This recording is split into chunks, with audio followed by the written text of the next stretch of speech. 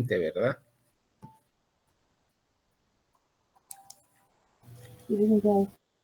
Bueno, entonces vamos a... tuvimos la última actividad, que creo que llegaron hasta la diapositiva 14, si no estoy mal. Sí. Bueno, yo voy a avanzar un poquito de la diapositiva 15. Y si logramos terminar hoy de una vez, vamos a regresar un poquito de la... para ver algo ahí de la 8 a la 14. Porque prácticamente hasta acá estaríamos cubriendo nosotros para el primer examen parcial, que no es mucho el contenido, ¿verdad? Lo que sí quiero es que vayamos nosotros haciendo diferenciación entre una definición y la otra, ¿verdad? O sea, la última diapositiva que vieron ustedes fue esta, la metodología dialéctica, ¿verdad? ¿Sí? O sea, al final, vean, se agarra del material, la metodología dialéctica tiene relación con el materialismo histórico, que ya vieron ustedes que son cambios revolucionarios, va a ser cambiar sistema. Son objetivos porque esto es indistinto a la conciencia del individuo, ¿verdad? O sea, todo lo objetivo es fuera, lo que está fuera de nosotros, ¿verdad? Todo lo que va por el lado adentro es subjetivo, ¿verdad? Lógicamente, las leyes de la dialéctica, y ustedes ya saben qué es lo que genera desarrollo, ¿va? La negación de la negación, lucha de contrarios, y esto es lo que es la forma de explicar el desarrollo y un cambio social, pero ese cambio social ya les dije cómo se da, ¿verdad? Diferente al positivismo. Por otro lado, siempre van a haber procedimientos porque es una metodología establecida como los sensoriales, los racionales, que ya los vieron también, el análisis, la abstracción, la síntesis, la inducción, todo esto. Ya lo tienen ustedes en las diapositivas de atrás, lo platicamos en clase dentro de lo que es el conocimiento científico, dentro del conocimiento general. Entonces tenemos también la sociedad que es lógicamente ahí es donde se da el constante cambio. O sea, producto de la contradicción entre las clases sociales. Eso es básicamente lo que es lo dialéctico, ¿verdad? Si lo enfocamos en lo que es sociedad propiamente, va a ser lucha de clases, sea clases sociales. Aquí el problema nuestro, ¿qué dijimos que era? Que era una cuestión ideológica, ¿va? De lo que se vive. Que al final, pues, es una abstracción mental, por un lado. Por otro lado, entonces tendríamos nosotros lo que es la clasificación de los métodos específicos.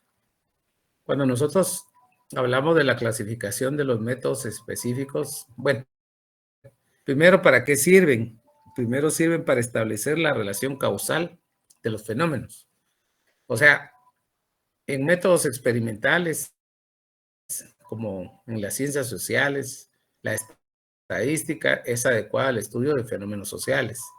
¿Por qué métodos experimentales? Porque estos son los que van dando la explicación, estos son los que van dando explicación a todos los problemas o todos los fenómenos que afronta una sociedad. Entonces, el método, el conocimiento científico, pues, se agarra o se enfoca, o su sustento es a través de los métodos inferenciales, principalmente los inductivos. Al decir inferenciales, recuérdense aquellas conclusiones que se obtienen muy particularizadas, ¿verdad? Porque lo inductivo es de lo particular a lo general y lo deductivo es de lo general a lo particular.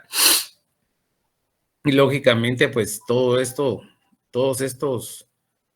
este conocimiento científico, estos métodos experimentales, pues se basan en el principio de la causalidad.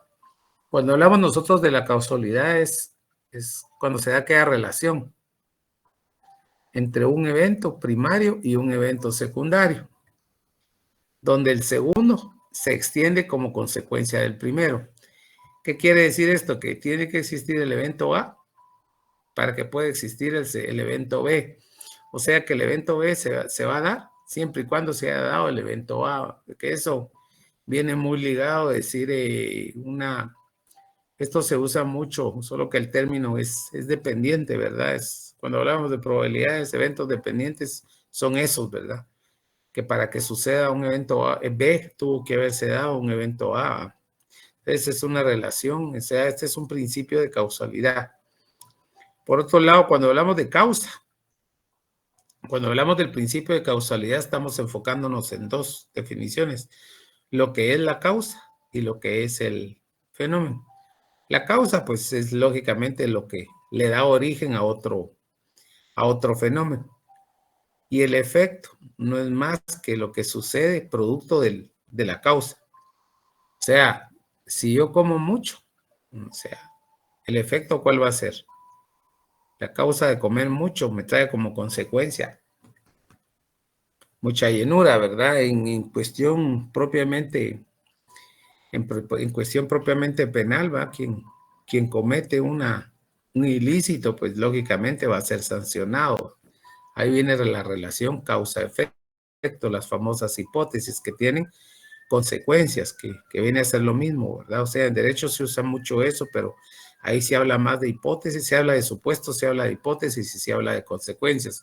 Quien cometiere un asesinato, ¿sí? Tendrá como consecuencia una pena de 30 años, ¿verdad? Y así sucesivamente. Entonces ahí se va a dar el fenómeno, ¿verdad? La relación causal entre fenómenos. Ahora, dentro de la relación causal, el carácter causal propiamente, el carácter causal que se viene hablando, tenemos nosotros que este carácter de la relación causal tiene 4 características determinadas. La primera, que es universal o general. La segunda, que es necesaria. La tercera, que es determinada y unívoca. Y la cuarta, que es la inferencia. Bueno, si hablamos de universal o general, es que es propia de todos los fenómenos. O sea, esa relación causal es propia. Todo fenómeno de la naturaleza y de la sociedad tiene una relación causal. Todos, sin excepción. ¿Sí? Porque todos los actos que ustedes cometan, todos tienen una consecuencia, ¿verdad? Sea buena, sea mala, ¿verdad? Pero la tienen. Todos sus accionarios, todas las acciones que realiza el ser humano en general, tiene una consecuencia, o sea, tiene un efecto, si ustedes así le quieren llamar. Bueno, es necesaria. ¿Por qué razón? Porque cuando se da la causa, se produce el efecto. Es lo que tiene relación con lo de arriba. Si hay causa, tiene que haber efecto, y el efecto, y si hay un efecto, es producto de alguna causa. Eso va ligado de la mano, o sea, es necesario. Es determinante y unívoca por una razón, porque cada causa produce un efecto complementario. ¿Sí? Solo voy a poner la batería, jóvenes, que esto me va a dejar tirado. Permítanme un segundo.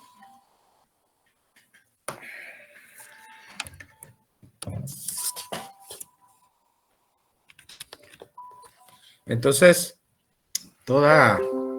les decía,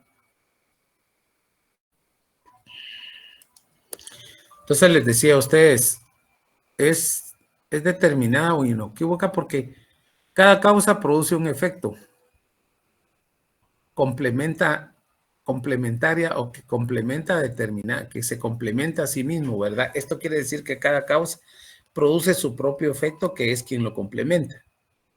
Ahora bien, la inferencia es la deducción de una cosa a partir de otra conclusión. ¿Qué significa eso? La inferencia es una relación de conclusiones, ¿verdad? Que de una conclusión se deriva otra y así sucesivamente. A eso se refiere. Entonces, el carácter de una relación causal, o sea, sus características son 4: universal, general, necesaria, determinada, unívoca e inferencia. Bueno, ahora dentro de estos métodos que se estudian, hay varios. Hay varios métodos. Está el primer método que vamos a ver, que es el de concordancia o coincidencias. Dice, estudia casos diferentes para comprobar en qué concuerdan. O sea, una circunstancia en la cual concuerdan. Esa va a ser la causa o el efecto del fenómeno. O sea, es la causa común. Cuando hablamos de común, nos acordamos nosotros cuando en secundaria aprendimos a trabajar, ¿cómo se llama esto en matemáticas? Déjenme ver. ¿Cómo se llama? Se me olvidó el nombre. Pero bueno, entonces... Denominador común. No, es como se llama aquello cuando vemos aquellos grafiquitos, que no me acuerdo cómo se llama. Estadística. No. Es propiamente de matemáticas, es una simbología cuando usamos comunes, no comunes, diferencia simétrica, conjuntos, teoría de conjuntos, ya me acordé. Conjuntos. Sí.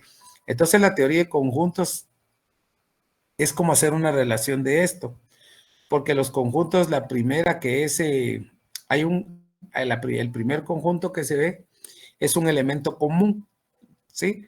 Ese elemento común es aquello que es parecido en A y que es parecido en B, es lo que se ashura en negro, ¿sí?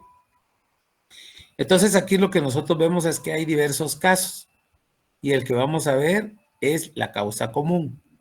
Tenemos un problema, ese es el efecto. El problema que tenemos es gastrointestinal, ese es un fenómeno, ese es un efecto.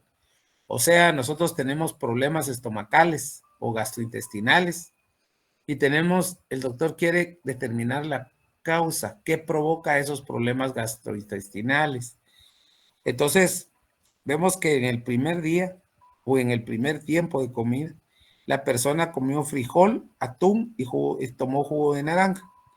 En el segundo está la carne seca, está el queso y están los frijoles. En el tercero están los frijoles, están los camarones y hay salchicha. Entonces, si nosotros revisamos acá, hay un elemento común o una comida que se repite en los tres tiempos. ¿Cuál va a ser? Está el primero que es el frijol, en el segundo hay frijol y en el tercero también hay frijoles. ¿Está claro? O sea, esa es la causa común. O sea, el hecho de comer frijoles le provoca problemas gastrointestinales. Entonces, la causa que va a ser el frijol y el efecto va a ser el problema gastrointestinal que se tiene. Esa va a ser la causa común.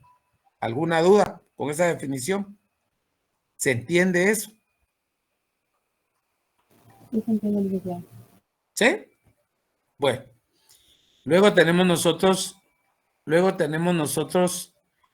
después del método ese de concordancias o coincidencias, repito, hay un elemento común que se repite en todos los eventos, ¿verdad? Sea cual sea el efecto.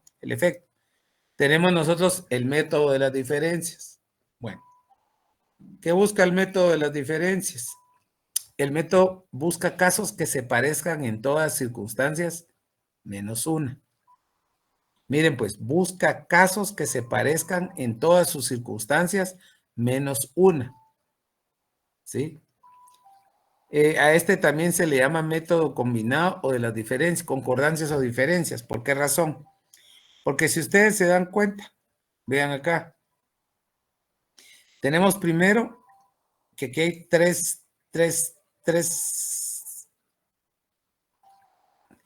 dos tipos de comida y una bebida.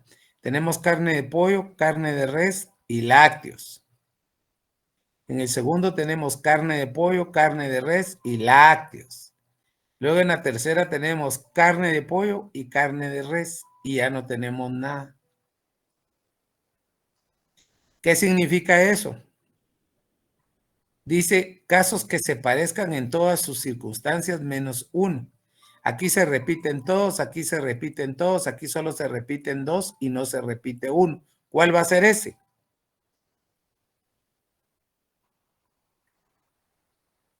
¿Cuál va a ser? Los lácteos. Los lácteos. Entonces, la posible causa que la persona le provoca alergia severa, ¿cuál va a ser? El lácteo. Porque según la definición dice se parecen todas menos una. Y en la tercera comida la única que se desaparece es el lácteo. Y ya la persona se determinó realmente qué es lo que le provoca el lácteo. O sea, ¿se recuerdan ustedes en la anterior definición, en el método de concordancias, era una común en todas? Y en este método de diferencias, hay todas se parecen, menos una que no se parece. Es la diferencia, como se le conoce en teoría de conjuntos. ¿Está claro ahí? Y el método combinado de concordancias, pues es la definición de los dos. Del método de concordancias y la otra que es el método de las diferencias. Es decir, una que es común a todas y otra que no es común a todas. Si no, juntan los dos ejemplos y ahí van a encontrar ustedes. Es la mezcla del primer ejemplo y del segundo ejemplo. Entonces, recuérdense, el problema va a ser siempre el efecto. Aquí está. Cuando hablemos que tenemos un problema, ese es el efecto. Tenemos que determinar la causa por la cual ese problema ahí está. Y posiblemente ya en el tercer tiempo de comida, esa diferencia que está acá, esa diferencia que es el lácteo, es lo que le da el problema a esa alergia severa. Bueno, eso sería en cuanto al segundo método de diferencias. Luego tenemos el método de residuos. Bueno, esta se le llama residuo porque dice, es cuando un fenómeno puede separar, es cuando en un fenómeno se pueden separar algunos elementos que no determinan dicho fenómeno. El resto de los elementos puede ser la causa del efecto producido. O sea, lo que se va haciendo ahí es lo que va quedando, ¿verdad? Se va depurando, ¿sí? Y lo que se debe de aproximar más es la posible respuesta, la posible causa que pueda tener ese efecto, porque el efecto, o sea, el problema, ¿cuál es? La pobreza en Guatemala. Entonces, el problema dice así, la pobreza en Guatemala podría ser, por su cercanía en México, la forma de gobierno al presidente o a la mala distribución de la riqueza. Entonces veamos nosotros y comenzamos nosotros a hacer ese método de residuo, a ir desechando, ¿sí? Lo que no es o simplemente tomar en cuenta la causa principal. Pregunto, ¿la pobreza o sea, la cercanía con México tiene incidencia a la pobreza en Guatemala, sí o no? No. Exacto, porque ese es un país y nosotros somos otro país, ¿verdad? Así, frío para contestar. La forma de gobierno.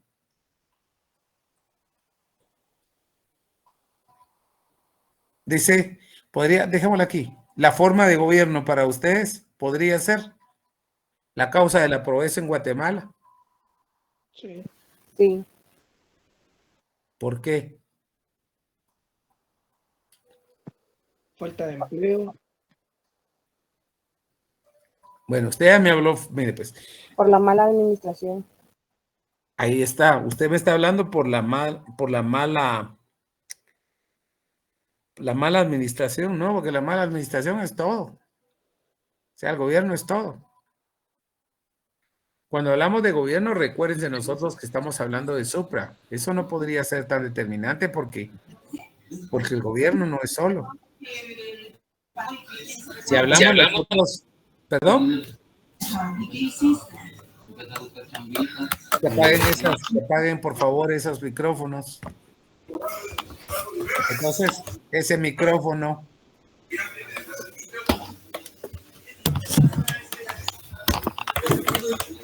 Ese micrófono, por favor. Yo no miro aquí porque estoy viendo la diapositiva. No puedo ver.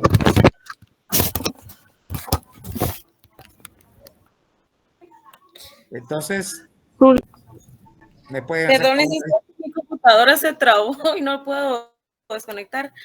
Lo siento, estoy intentando salir, tampoco puedo. Solo quítele volumen. Gracias. Entonces tenemos nosotros la forma de gobierno, no. Porque la forma de gobierno no determina la pobreza de un país. En el caso de Guatemala, como yo les dijera al presidente, tampoco, porque él no es solo él, sino que ya viene todo el gobierno. Pero cuando hablemos de gobierno, no solo hablemos de la autoridad, ¿eh? Estamos hablando de el gobierno se compone por todos los sectores. Entonces, dentro de esos sectores, aparte del público, está el privado, porque hay relación entre los dos, ¿o no? Y el presidente no puede ser porque él solo no dirige, tiene un gabinete, hay instituciones, o sea, hay que ver el análisis de la pobreza. Primero es un problema estructural, ¿sí? ¿Por qué razón? Porque eso se ha venido asentado desde que Guatemala comenzó desde la independencia, cuando ya se separaron la nobleza del resto del pueblo. Esta tercera, la distribución de la riqueza, es así, porque la distribución de la riqueza siempre se ha dicho que está en pocas manos. Se dice que el país lo manejan 500 familias posiblemente. Ese número se ha reducido un poco. Entonces tenemos que buscar nosotros, tenemos que ver nosotros, por ejemplo, cuál es la forma de gobierno. Solo dice cómo es el gobierno. Somos un gobierno republicano, el que está compuesto por 3 poderes del Estado, y ahí viene, ¿va? Donde el pueblo delega. Esa es una cuestión distinta, y el presidente no lo puede ser porque él solo no conforma gobierno. Conforman un montón de instituciones, ¿va? Que tienen relación sector público con sector privado, está el pueblo, está todo. Esta sí es posible porque la distribución de la riqueza, eso sí, porque el poder económico no está concentrado en todo el pueblo, sino en una parte. Y esa mala distribución de la riqueza es lo que no se ha hecho desde que Guatemala comenzó a despegar. En los años 50, les digo, en los años 50, Guatemala era más rica que Corea, que las 2 Coreas actuales, Corea del Sur y Corea del Norte. Miren cómo estamos, nos quedamos atrapados en el tiempo, ¿verdad? Entonces, este método de residuo, para poder contestar esto, tenemos que tener nosotros un poquito, ir agarrando. ¿Por qué México? ¿Por qué una frontera no tiene que ver con nada? La forma de gobierno solo es describir cómo es el gobierno de Guatemala, está en la constitución política. El presidente, pues el presidente no es solo él, sino está todo su gabinete, están sus ministros, sus secretarios, y delega su función en todas esas instituciones. La distribución de la riqueza, sí, porque esto es más un problema económico. Alguien mencionó ahí el desempleo, eso es parte de todo esto, ¿verdad? La concentración de los sectores productivos o económicos, ¿dónde están? Entonces, eso es lo que afecta a que una nación sea pobre, ¿verdad? Que esto no deja crecer. Incluso si hablamos nosotros somos como un mercado de materia prima, ¿verdad? Somos abastecedores de materia prima, y acá lo que se pretende es seguir así. Entonces esto es más esta la respuesta, ¿va? Ya cuando tengan ustedes, ya miren cada uno de estos detalles, hay que ir a los diccionarios y hay que buscar ahí rapidito en Google, y van a ver ustedes que esto es lo más próximo a la pobreza en el país. Corrupción hay en todos lados. La corrupción hay en todos lados. Eso es a nivel mundial, jóvenes. Eso no se puede separar de nada, de ninguna nación, y hay muchos tipos de corrupción, ¿va? El tráfico de influencias, por ejemplo, es corrupción. Mire, Lick, regáleme unos puntitos ahí, pues no sé qué, que no sé cuándo. Eso es corrupción. Lean, ese es un término bien vasto que no solo se refiere a dinero, sino tienen muchos causales y tiene muchas definiciones. Eso sería en cuanto al método de residuos. Luego tenemos nosotros el método de las variaciones concomitantes. Bueno, dice, es cuando un fenómeno varía en proporción directa o inversa a la variación de una circunstancia dada. Esta es la causa. Por ejemplo, dice aquí, en Guatemala, del año 2000 a 2010, el promedio de personas alcohólicas aumentó del 10 al 20%, lo que dio como incidencia que la cirrosis aumentó en un 5%. Por lo tanto, el elemento causante de la cirrosis en Guatemala va a ser el alcohol. Claro. ¿Por qué? Porque si se dan cuenta ustedes, aumentó el consumo de alcohol. De un 10 se fue a un 20. ¿Sí? Entonces, ¿qué significa esto? Que si el alcohol aumenta, entonces ese consumo de alcohol trae un efecto, trae un problema que es la cirrosis. Pero lógicamente, si el alcohol provoca cirrosis y si el consumo de alcohol aumenta, pues la cirrosis aumenta. Claro que sí, aquí está en un 5%. O sea, aquí dice que el elemento causante de la cirrosis en Guatemala es el alcoholismo. ¿Entienden la relación de esto? Si el alcoholismo baja, entonces la cirrosis proporcionalmente tiene que bajar también. Tal vez no en ese mismo porcentaje, pero disminuye. Entonces hay una relación directa. Si aumenta el alcohol, aumenta la cirrosis. Si baja el alcohol, posiblemente la cirrosis tenga que bajar también, disminuye. Entonces, ese es el elemento causante de la cirrosis, la enfermedad, ese es el efecto. ¿Quién provoca ese efecto? La causa, ¿cuál va a ser? El alcohol. Entonces, entienden esa relación directa que cuando varía una cosa, directa o inversamente, a la variación de una circunstancia dada, o sea, la causa va. Si la causa aumenta, el efecto también, o sea, el efecto también aumenta. Si la causa disminuye, el efecto también disminuye. ¿Se entiende ahí lo que es el método de las variaciones concomitantes? Sí, licenciado. Muy bien.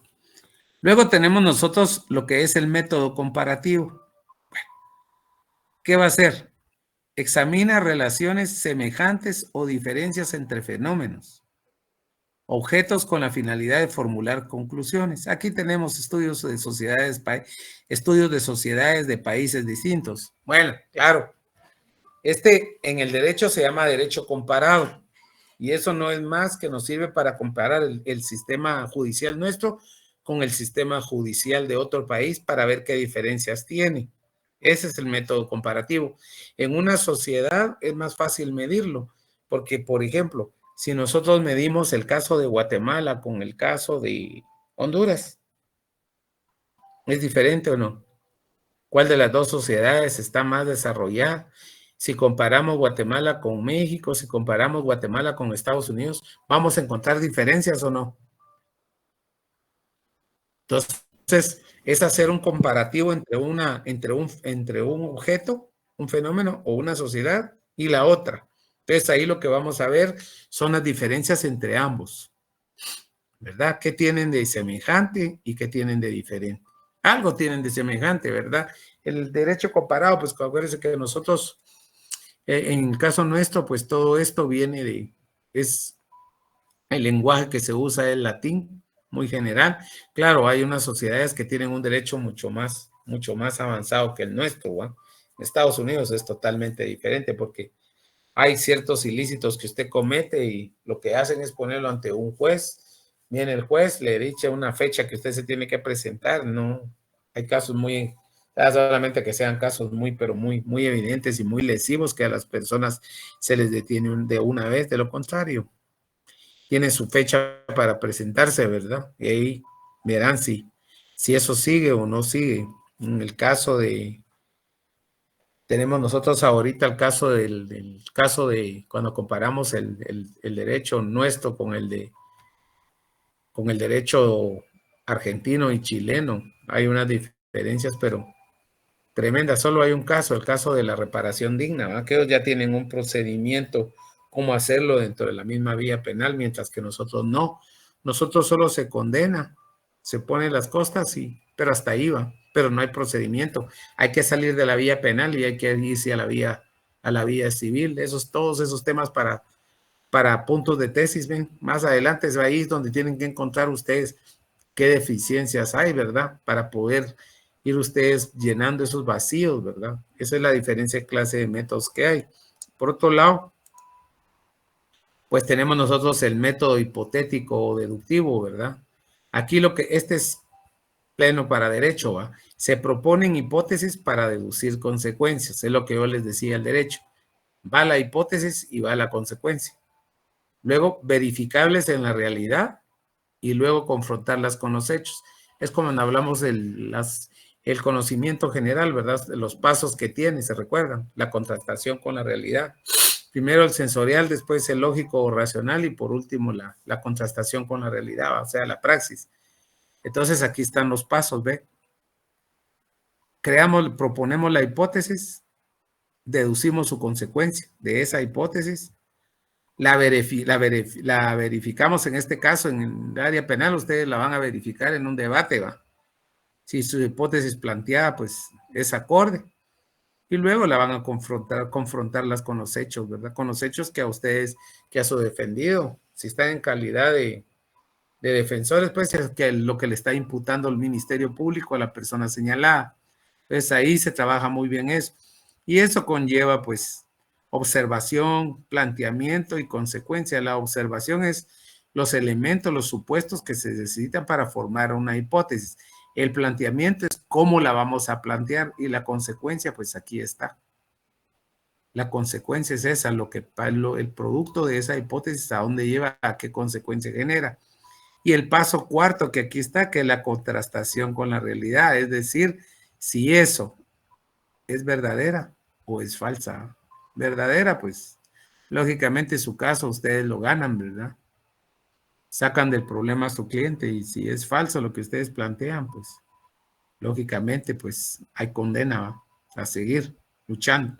Eso sería en cuanto al método hipotético o el método deductivo. Luego tenemos nosotros, permítanme un segundo. Aquí está. Bueno, luego tenemos nosotros la metodología jurídica, que es un poquito más específica, ¿verdad? Permítanme, jóvenes, solo voy a subir esto. Aquí está, la metodología jurídica. Bueno, esta es una disciplina que estudia todos aquellos instrumentos técnicos necesarios para elaborar, aplicar y enseñar derecho. O sea, a través de la metodología jurídica, nosotros elaboramos, aplicamos, enseñamos lo que se le conoce como derecho. Esa es la metodología jurídica. Ahora bien, esta aplicación no solo es llevada por jueces, también el legislador, quien es el que crea la ley, en nuestro caso y en todo caso, es el Congreso de la República. Él es el que la hace. El que la aplica es el juez, ¿sí? ¿A quién se lo aplica? A los gobernados, o sea, a todas aquellas personas que conforman la sociedad. O sea, se necesitan de esos tres elementos, ¿verdad? Se necesita el legislador que hace las leyes, el juez, quien es el que las aplica, y los gobernados, que es a quienes va dirigido. Eso es en términos generales. Y gobernados es todo, ¿verdad? Gobernantes incluye también. Bueno, ahora, ¿qué metodología se usa para conocer, elaborar, aplicar y enseñar derecho? Ahí está la definición de metodología jurídica. El primero, pues, tenemos métodos de investigación jurídica. Dentro de los métodos de investigación jurídica está el sistemático, el jus naturalista o axiológico, y está el sociológico. Cuando hablamos del sistemático, es aquel derecho conformado por todo el conjunto de normas, es decir, todo el sistema jurídico guatemalteco. Ahí está el derecho penal, el derecho laboral, ahí está el derecho civil, está el derecho administrativo, todo lo que tenga que ver con el sistema jurídico vigente, ¿sí? Ahí está el derecho notarial también, está el derecho mercantil. Todas esas ramas que conforman el derecho hacen el sistema jurídico, y ese es el primer método de investigación, o sea, conocer todo el sistema jurídico, a todas las normas que conforman el sistema jurídico guatemalteco. Luego tenemos el jus naturalista o axiológico. Dice que son principios, valores morales, éticos de justicia que conforman el derecho natural.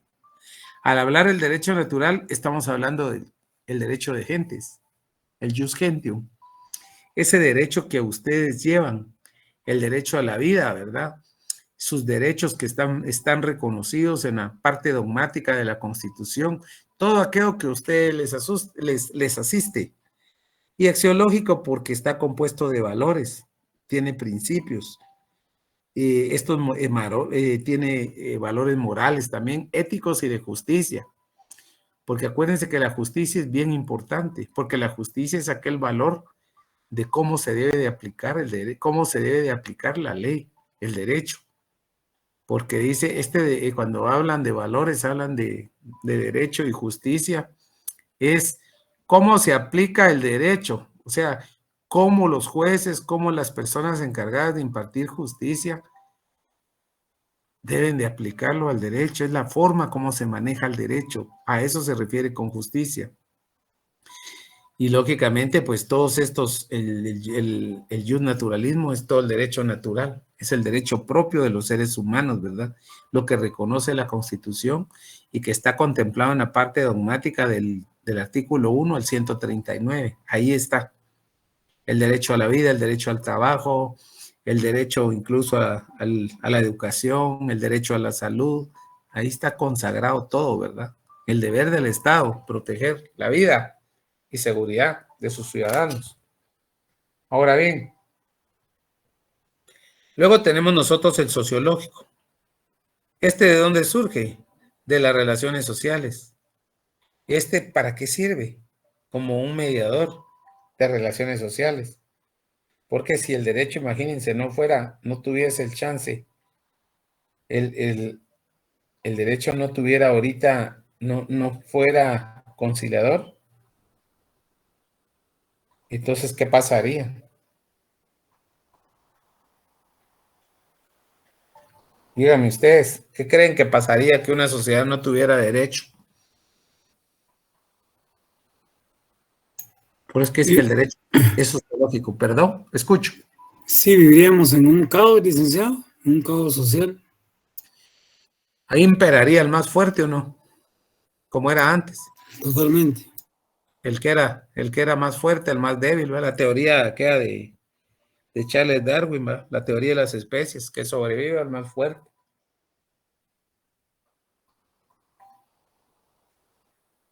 Sí. Entonces,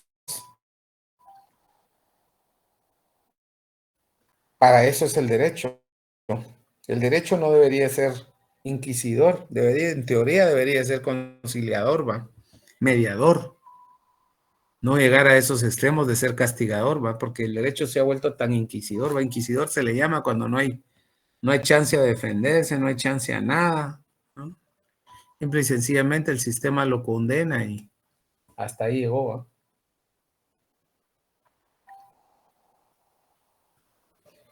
¿Estamos claros ahí?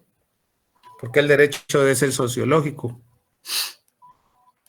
Bueno, ahora, aquí está nuevamente, miren, el método jurídico comparativo y el derecho comparado. Bueno, primero dice que un procedimiento sistemático y ordenado para examinar relaciones, semejanzas y diferencias entre dos o más objetos y fenómenos, con la intención de extraer determinadas conclusiones. El derecho comparado tiene como fin comparar los sistemas jurídicos sobre la base de afirmaciones comprobables. Bueno, ¿qué quiere decir esto? Cuando hablamos del método jurídico comparativo, estamos haciendo nosotros dentro del sistema jurídico y ordenado, examinar relaciones semejantes y diferencias, ¿verdad? ¿Por qué las diferencias? Porque así tenemos que, si a través de métodos comparativos, nosotros sabemos qué hay de igual y qué hay que no sea igual, ya sea objetos o fenómenos, pero esos objetos se le llama se le puede decir a los problemas, así como los fenómenos es también problemas, pero problemas de carácter que afectan a la sociedad, ¿verdad? Son sociales, como el derecho es una ciencia social. Y la finalidad, pues miren, es extraer conclusiones. Ahora, el derecho comparado como tal, aquí dice, ¿ve? Compara sistemas jurídicos sobre la base de afirmaciones comprobables, sobre cosas que se puedan comprobar, porque acuérdense que el derecho, el derecho es abstracto, siempre lo he dicho yo, porque las leyes están ahí arriba, ahí en la cabeza las tenemos, ahí están brincando. El problema es, ¿cómo se llama? Que aparece.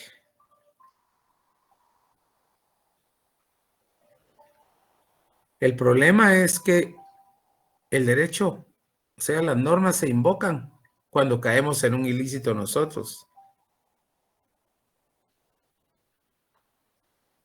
Entonces, ¿qué quiere? Permítanme un segundo.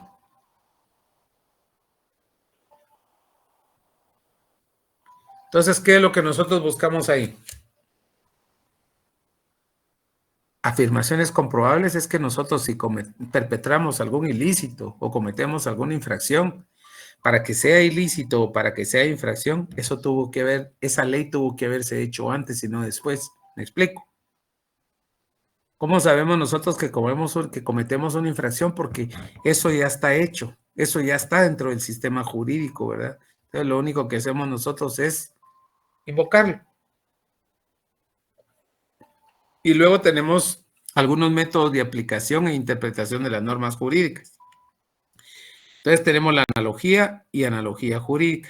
Cuando hablamos de la analogía es relacionar la semejanza entre una cosa y otra cosa, alguna característica común, cosas que hacen cosas distintas que tienen cierta semejanza.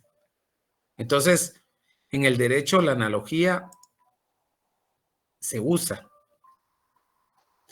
Entonces dice acá, razonamiento por analogía, operación llevada a cabo por los intérpretes del derecho. O sea, los intérpretes son en ese caso serían los actores que están participando. Se atribuye a un caso o a una materia que no está regulada o no tiene reglamentación expresa en el ordenamiento jurídico. ¿Qué significa eso? Que esa interpretación analógica de la ley consiste en extender una norma jurídica que regula un determinado hecho a otro semejante, no previsto en ella. Se trata de llenar un vacío jurídico, pero aquí algo de la salvedad. Solo en materia penal y materia tributaria no aplica la analogía jurídica. ¿Sí? Creo que en el Código Tributario es el artículo 5. Y en materia penal está en el Código Procesal Penal, creo que es en el 2 o en el 3, de ahí dice algo sobre eso. Entonces, repito, esto es para llenar vacíos jurídicos, ¿va? Que aparece un caso que no está regulado en la ley, pero es muy semejante. Lo que sirve mucho es la jurisprudencia. Cuando se va sentando jurisprudencia, después de 5 fallos, entonces eso ya se vuelve ley, ¿verdad? Ni en base a eso comienzan a resolver. Entonces, esas son cuestiones no previstas en la ley. Claro, la sociedad va evolucionando, las necesidades también, los problemas también, las enfermedades también, pero esos problemas sociales, esos que están, miren, ahorita está de moda, ¿cuál? ¿El ciberdelito o no? Ya si ustedes ven con los delitos cibernéticos están muy de moda. Esos fraudes que hacen por internet, todas esas cosas se han ido regulando. Porque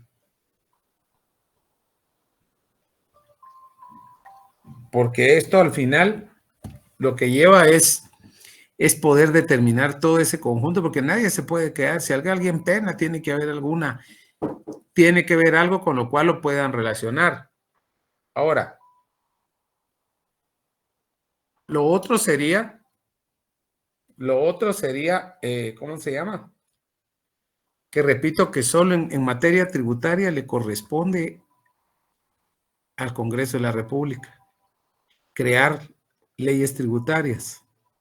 Y en materia penal también le corresponde al Congreso de la República crear dichas leyes. Eso, ahí sí no existe la analogía. Si un delito de esa naturaleza no está tipificado en la ley, no se puede. Ahora en civil se puede ir por analogía, en lo que es laboral, tributario, en lo que es administrativo, en todas esas ramas se puede ir, pero en estas no. ¿Está claro ahí? ¿Para qué sirve la analogía? Para resolver un caso que no esté en la ley parecido a otro. La finalidad es llenar ese vacío jurídico. En materia penal y en materia tributaria no aplica. Y luego tenemos nosotros el método de interpretación de la norma jurídica o hermenéutica jurídica. Bueno, cuando estamos nosotros en estos métodos, es todo aquel conjunto de principios que se deben de tomar en cuenta para una adecuada interpretación de la norma jurídica.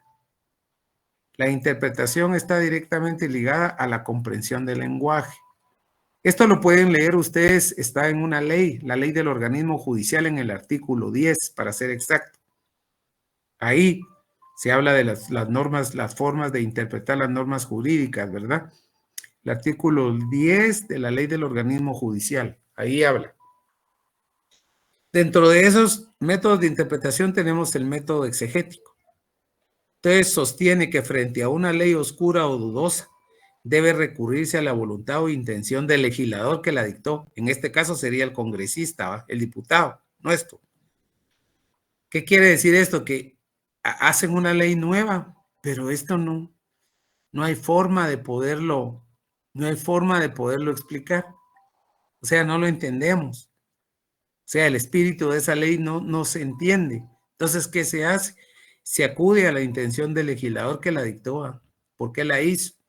Habría que ver su justificación, habría que ver el razonamiento, habría que ver qué lo llevó a que entrara en vigencia eso, porque lo que se están haciendo son adicionando algunos artículos, como modificar el Código Penal es urgente, la ley de menores también es urgente, por todo estaba previsto, menos que un menor de edad no puede ser juzgado como un mayor de edad. Entonces las leyes ahí están un poco flojas y se dan cuenta ustedes que hoy por hoy cuánto menor de edad se mira que esté involucrado, más en lo que tiene que ver con bandidas, ¿verdad? Y extorsión, que es ahí está la extorsión, ahí está el sicariato, ahí está todo eso, ¿verdad? Entonces, ahí tendríamos básicamente la clasificación de los métodos jurídicos. La hermenéutica, pues y me gustaría que le dieran la hermenéutica jurídica son las palabras, con el contexto de las palabras, ¿verdad? Cuando se lee literal, cuando se lee taxativamente. Ahí pueden leer ustedes ese artículo, el artículo 10 de la ley del organismo judicial, y ahí estaríamos cubriendo nosotros lo que es básicamente las 24 diapositivas, y yo estoy casi seguro que hasta aquí voy a entrar en el examen parcial, que de hecho lo mandé el día de hoy, ya estaba sobre tiempo y lo envié por correo para que lo imprimieran y lo mandaran. Es un examen que, se los digo, tenemos todavía el día jueves, tenemos para repasar. Ahí tienen las diapositivas que les mandé. Entonces, el día jueves podemos retomar un poquito de la 8 a la 14, por si ustedes tienen alguna duda. Y lo que sí, por favor, es sigan llenando ya el cuestionario que ustedes tienen las 2 hojas de la primera parte que les mandé de las diapositivas y de estas segundas que yo envié también, que es el conocimiento científico y lo que es la metodología. Habla del método también, y eso es básicamente lo que tendríamos que hacer. Muy bien.